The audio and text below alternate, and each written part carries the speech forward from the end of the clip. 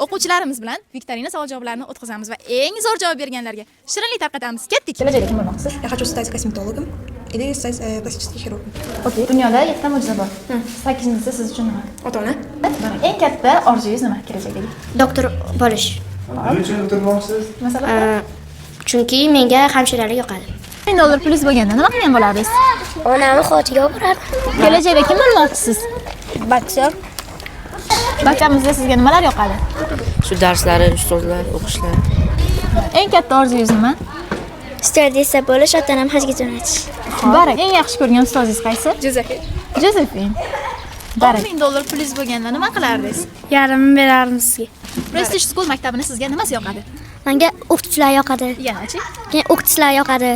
Keyin o'qatlar yoqadi. Juda ham shirinmi? Jon, maktabimizda sizga nimalar yoqadi? Ustozlari, to'garaklari, darslari, ovqatlari. Maktab qaysi qo'shiqchiga ovoz berasiz? Shahlo Ahmedova.